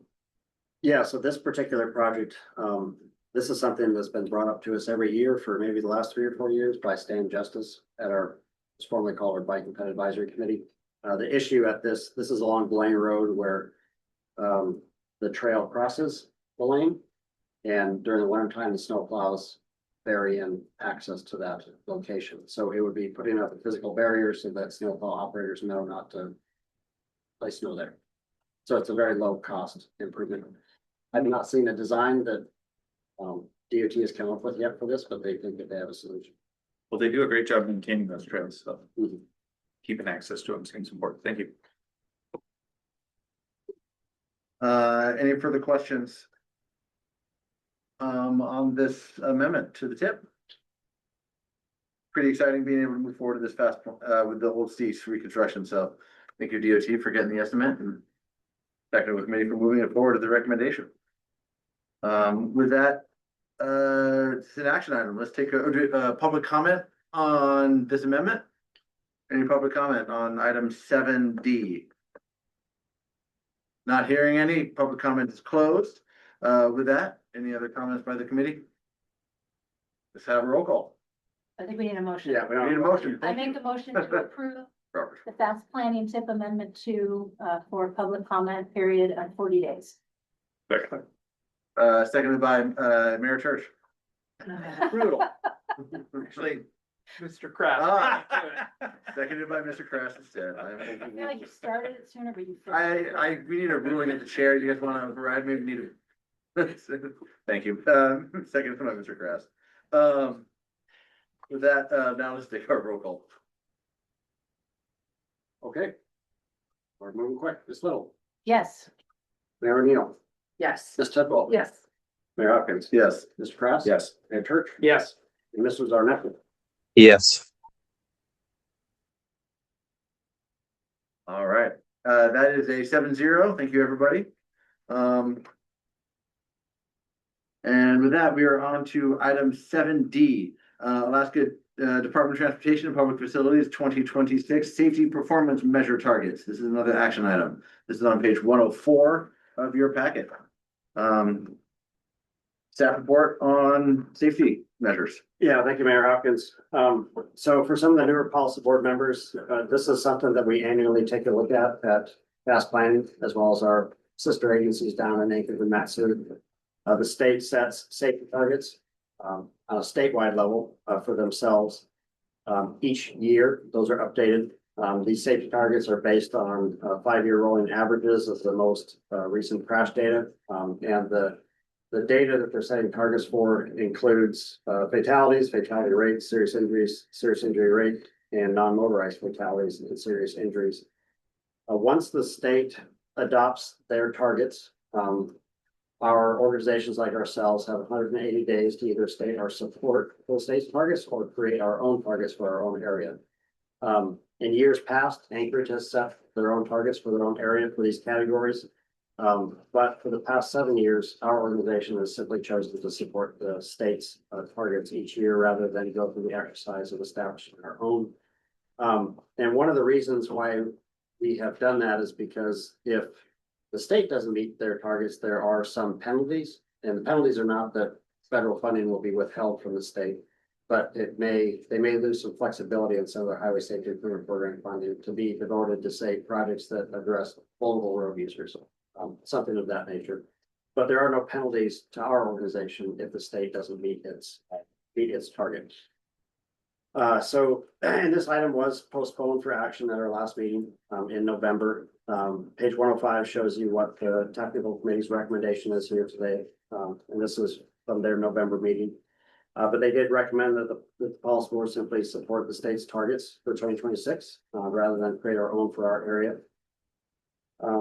Olivia, if you go to page 107, you'll see the targets that the state set for 2026. And I will mention, like, as the state develops these targets, there are a series of meetings where each metropolitan organization, planning organization of the state is invited to participate. So we get a deep look into the data for our areas as well as statewide.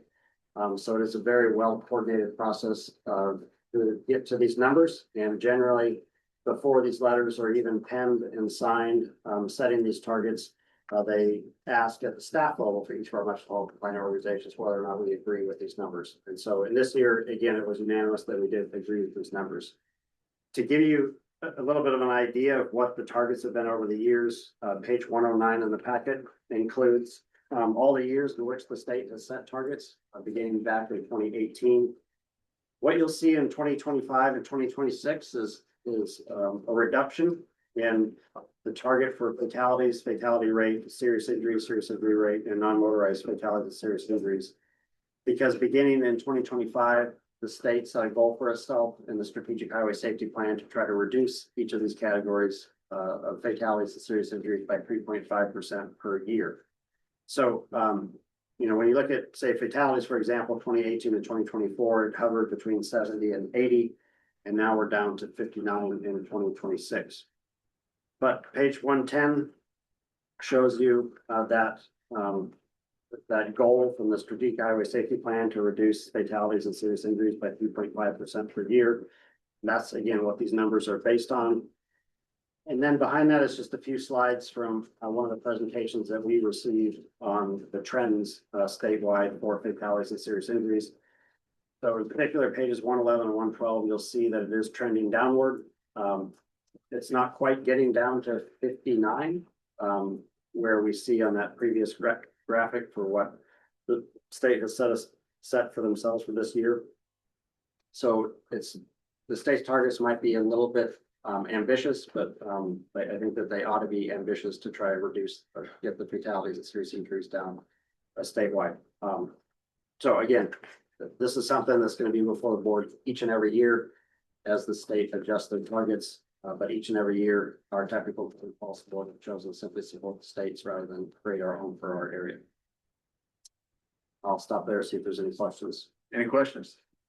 That's little. Just a point of clarification, I can't remember if it was last year, earlier this year, Pam Golden, our state traffic and safety engineer, came and did a presentation on, for technical committee on, how it might have been Nathan Stephen actually, on how Fairbanks North Shore Borough's crash data compares to the state's, and the borough is well under, the state's rates.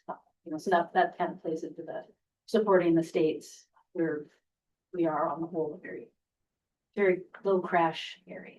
So that's great. Does these numbers include Anchorage? Yes.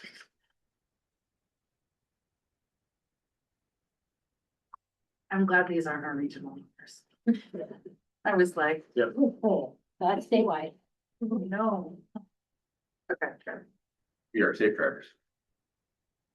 Where do you find this map, the crash data, Google Maps?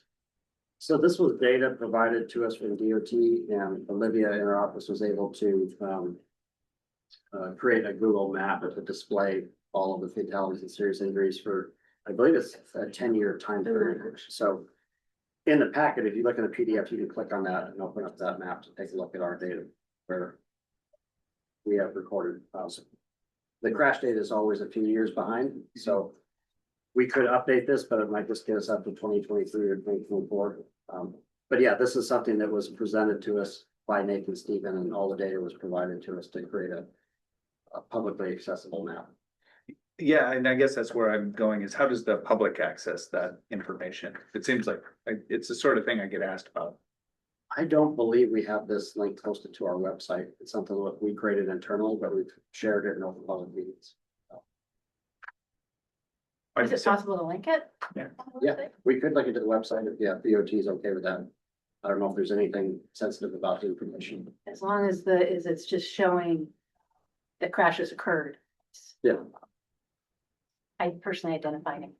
That was what we got. Yeah, there's no personal information. Okay, I'll take that suggestion back to Libby. Yeah, thanks. Thank you very much. Any further questions? So for this, we need an action item to adopt the state's targets for safety performance measure.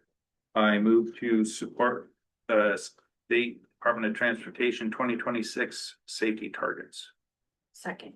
Seconded by Mayor O'Neill, moved primarily by Mr. Kress. Any further discussion on the motion on the table? Any public comment? Yes, public comment? No. Seeing none? All right. Now, for the discussion. I need a little like. Process for Robert's rules here. If you could do a roll call. Yes, Mayor Hopkins, Yes. Mr. Krass, Yes. Mayor Church. Yes. Ms. Little, Yes. Mayor O'Neill, Yes. Ms. Tidwell, Yes. Mr. Zarnicki. Yes. Thank you very much. 7-0 for adopting the state's safety performance measure standards, targets. Thanks very much for that. So we have concluded our old business and we're on to new business, number 8. The first item is we've got to restaff or board ourselves up. So the first item is election of a chair and vice chair. This is an action item, as we assumed. Are there any nominations for, we'll start with chair, because that's on there. Do we have any nominations for chair? Correct. I would nominate Mayor Grier Hopkins as the chair of the policy board. Second. I'm glad I got a second. Thank you, Mayor O'Neill. Appreciate that for the second. I guess we can go ahead and take a vote on that first. Is there any discussion on that? I think you're doing a great job. 1.5 meetings in. All right, I haven't dropped the gavel. So we don't have It's one. good pace. You're getting used to the process. Different than the legislative one when I was there, yeah. Mr. Kress? I think just sort of, taking personalities out of it, functionally having the borough mayor, you don't have, you don't run plows, you're involved in planning. And I think that gives you a good position to overlook this in a fair and balanced manner as the borough mayor. And so I appreciate the work you've done on here the last year, and you've run a good meeting, so. Thanks. All right, with that, vote on me. Okay, Ms. Tidwell, Yes. Mayor O'Neill, Yes. Ms. Little, Yes. Mayor Church. Yes. Mr. Krass. Yes. Mr. Zarnicki. Yes. All right, 6-0 without me, so we have elected me as chair, and now do we have any nominations for vice chair? I'll go ahead and nominate Lauren Little for vice chair of DOT Northern Region, or statewide and acting. Multiple things. Lauren Little of DOT.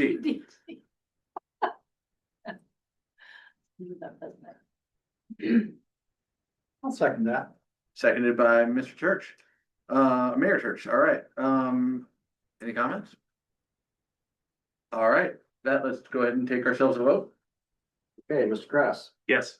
Mayor Church. Yes. Ms. Little, Yes. Mayor O'Neill, Yes. Ms. Tidwell, Yes. Mayor Hopkins, Yes. and Mr. Zarnicki. Yes. All right, that is 6-0. Thanks very much for Ms. Little for stepping up, taking the proverbial gavel when I can't make it. All right, so with that, we are now on to authorized check signers, action items. How would you like to go about this one? Yeah, this is on page 116. This is in our fiscal policy, primarily relates to our Mount McKinley bank account. But I think the check signers that we identify should probably be consistent with our Hamlet or Key Bank account as well. But what I need on this item here today is to remove two board members as check signers that are no longer on our board, and then add in the 2 additional that have been recently identified. So I apologize, I misspelled David Bruce's name there, but so the motion, I'm not saying a motion, I'm just saying my recommendation for a motion would be is to remove David Cruz and Jerry Player as check signers and add Mayor O'Neill and Miss Little as check signers. For the policy board. Somebody like to repeat that motion so we have it officially? I move to remove David Cruz and Jerry Cleworth from the current authorized check signers and replace with Mayor Mindy O'Neill and DOT and PF Representative Lauren Little. Public comment, Hard work. not seeing any closed, comment on the members of the board. Mr. Grass. Yeah, and this is probably to help clarify, I'm going to vote against this. I understand, for convenience, the need for this. The financial dog in the fight is owned by the municipalities, in this organization. And so that's why I've not supported, the state of Alaska DOT being a signer. All right. That makes sense. All right, with that, we can go ahead and take a vote. Okay, Mr. Kraft, No. Mayor Church, No. Ms. Little, Yes. Mayor O'Neill, Yes. Ms. Tidwell, No. Mayor Hopkins, Yes. and Mr. Zarnecki. Yes. All right, that passes 4-3.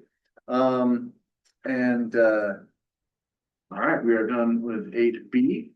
Now, next up, we are on 8C, 2026 meeting calendars, another action item. Yeah, this was also postponed from last month, but on page 117 shows you our proposed meeting dates for technical policy board, walk, ride, and roll advisory committee, and project enhancement committee. For the policy board in particular, you all meet the third Wednesday of each month, but we did adjust 2 dates, one in February and one in September. The one in February was moved a week later in coordination with AML conference that the mayors will be at. And then in September, we moved it 1 week later because of the AMPO conference, which is the National Association of NPOs conference that staff attend. So those are the only 2 deviations from your regularly scheduled weeks for these meetings. So I'm just looking for an approval of the meeting calendar, and if there's any other dates you would like me to adjust. We have a motion to approve the meeting calendar for 2026. Like to move to approve the fast planning 2026 meeting dates. Okay. Moved by Mayor Church, seconded by Mr. Krass. Public comment. Hopefully it works for everybody online. No public comment, any discussion? Ms. O'Neill? Would it be possible to add in no work sessions to this schedule? Are those consistent with the meeting They're day? typically the day before the The policy day board before? meeting. Yeah. Maybe just an asterisk at the top and something that states that there's a working session beforehand. I always forget what the working session is personally. Noted. Thank you. All right, with that, go ahead and take a roll call. Yeah, Mayor Church? Yes. Ms. Little? Yes. Mayor O'Neill? Yes. Ms. Tidwell? Yes. Mayor Hopkins? Yes. Mr. Kraft? Yes. And Mr. Zarnecki. Yes. All right, thank you. All right, with that, we are done with our action items for the day. And the Fast Planning Office 2026 annual dues. Yeah, on page 118 shows you our MOU for the operation of our office here. There are annual dues that we charge to each of our local governments and the state. Your amounts are highlighted there in yellow between pages 118 and 120. As shown on page 122, I will be sending out invoices for these annual dues, likely January 2nd, sometime during the first week of January. So just a heads up that these invoices are coming. I believe they've all been budgeted. But I'll send those to the staff that I normally send them to for the first of the year. Thank you.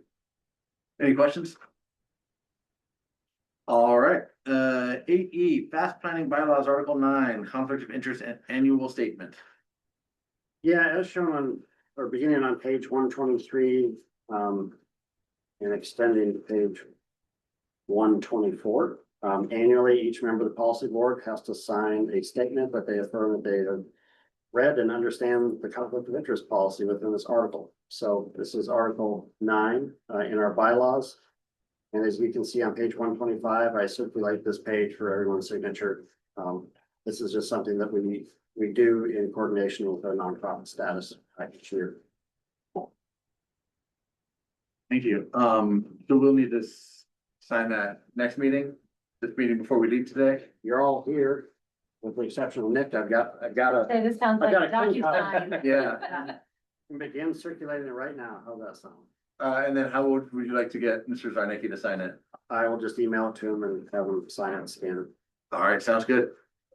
All right, we'll be passing on that piece of paper to get it signed. On to number 8, on to number 9, informational items. Bike lane signing and striping pilot project, public survey results. Is that Miss Lumford? Hi, yes, it is. I am currently hiding out from a torrential downpour in Guatemala. So give me just a second. I will. Can you hear me? Yeah. Yes. Yes, we can.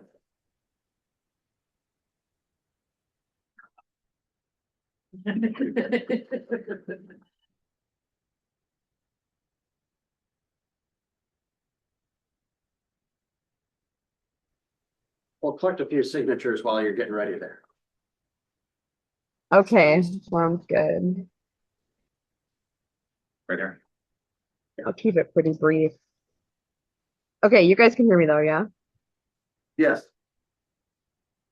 Okay, great.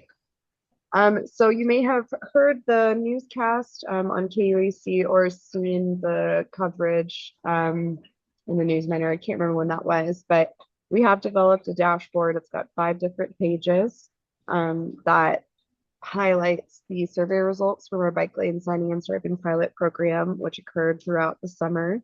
And the bulk of the information that we've seen by visualizing the surveys responses in this capacity is that there really isn't a lot of data that leans one direction or another very heavily. It's sort of right down the middle. And the way that we know that is because we have these filters which enable us to, or enable the person who's interacting with the survey to filter out responses based on user type. And so we started off these surveys with how often do you bike for transportation or how often do you bike for recreation? And as a result of those responses, I've been able to connect all of the data throughout these dashboard results to said pie charts. So it's really great because you can see in this area, we had a general like, how have the bike lanes negatively affected you? How have they positively affected you? Questions, and we can filter out based on, okay, how often do you bike for recreation? Never. Okay, well, if never, how often do you bike for transportation? Also never. And then you can see the responses filter out based on that. And you can do the same, you know, for example, the folks who bike often for recreation almost daily. And then you can tailor it down to, okay, folks who bike fewer than once per month for transportation, and find responses based on that. So again, I would love to play around on this dashboard with everybody in attendance, but I don't necessarily feel like that's the best use of your time. I think it would be really great if everyone could go and play around with it and read through the comments.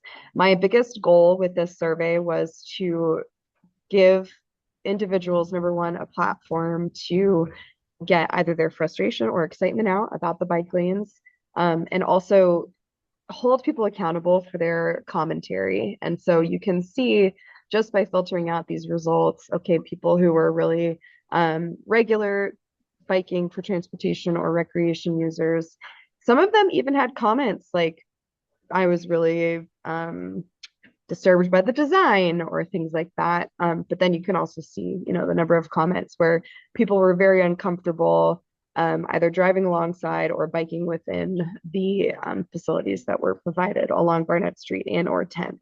And so again, I love this dashboard so much. It's a whole dashboard series.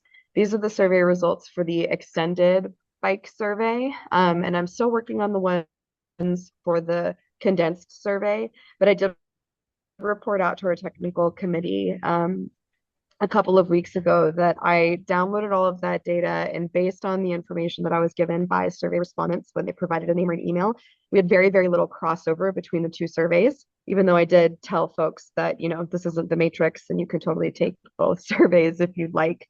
We really only had about 10 people take both surveys that named themselves. And then for each survey, we had almost the exact same numbers of responses per each survey. And for each survey, we had about 70 people or so who didn't identify themselves, as you can see just on this particular page. So again, I would encourage everyone to go and check it out. You can find the dashboard on our homepage. I've got this little, hopefully it loads. Yeah, I have this thing linked just right on our front page. Hopefully you can see that. And then I'll take you directly to the story map. So thank you for your time, and I hope you can hear me okay. This rain is not letting up. Thank you.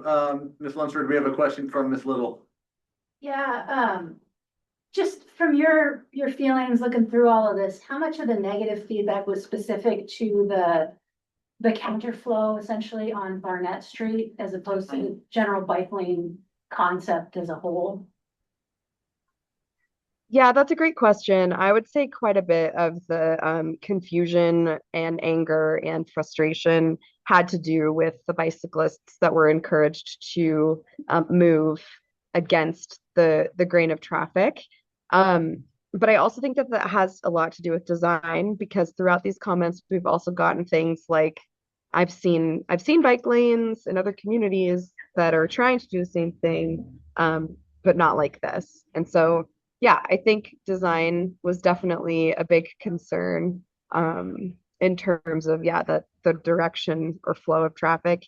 And it seemed like a lot of the frustration had to do with Barnett more than 10th, which would contribute to that conclusion as well, because Barnett was the only one where we had that form of a treatment. So Thank you. Any other questions for Ms. Lunsford? Ms. Lunsford, would you be able to email this link out to the policy and maybe the technical committee members as well? And if it's in my inbox, I apologize that I haven't seen it, but I think that'd be great for a few, so that we can play around with it and look at it on our own and maybe come back with some questions and comments in the future. yeah, absolutely. And when I finish out the condensed survey responses as well, I can send those over. But yeah, it's very fun to click around. So I will absolutely do that and make sure it gets in all y'all's inboxes. Thank you very much. Appreciate that.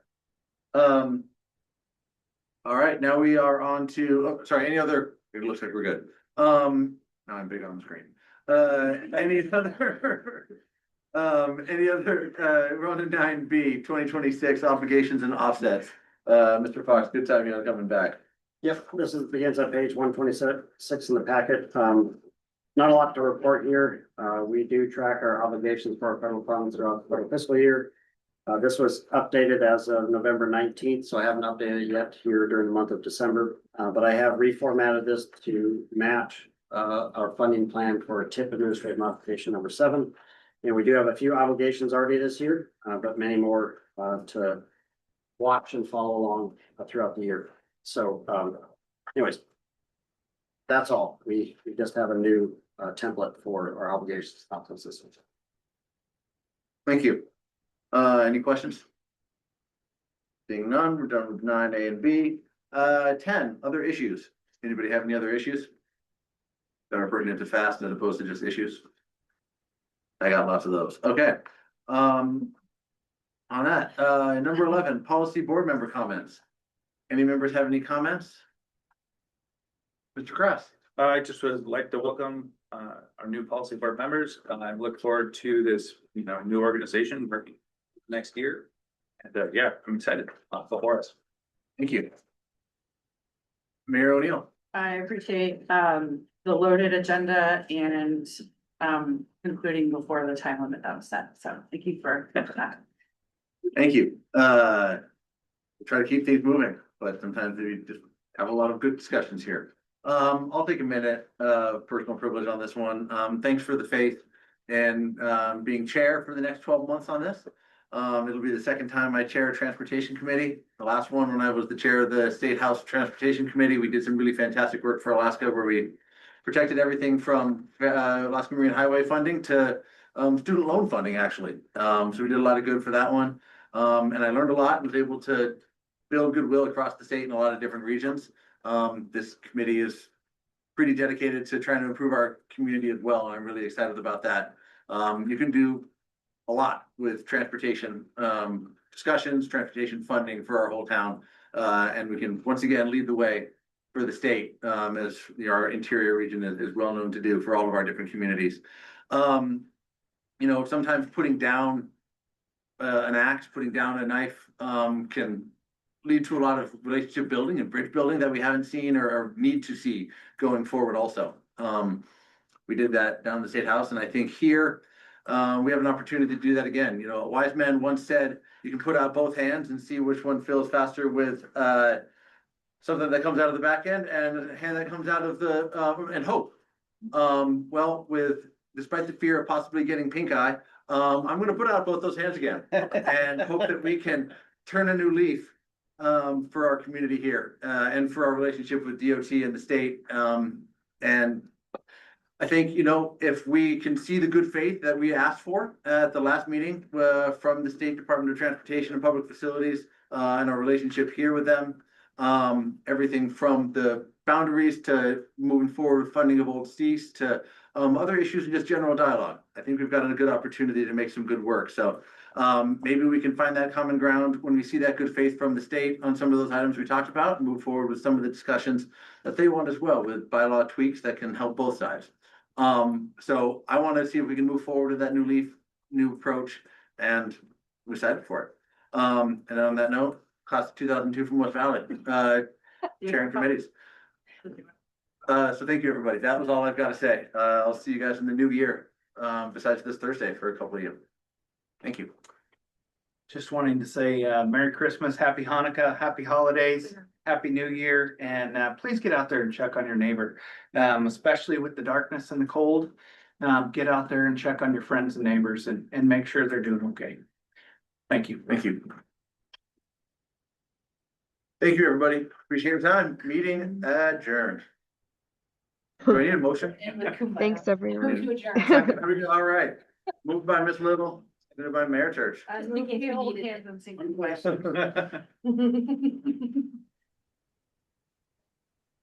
Sorry, Mayor, that's not part of the agenda. It's part of the agreement. You always have the German back into the legislature. Is everybody happy? So. Who do you want for?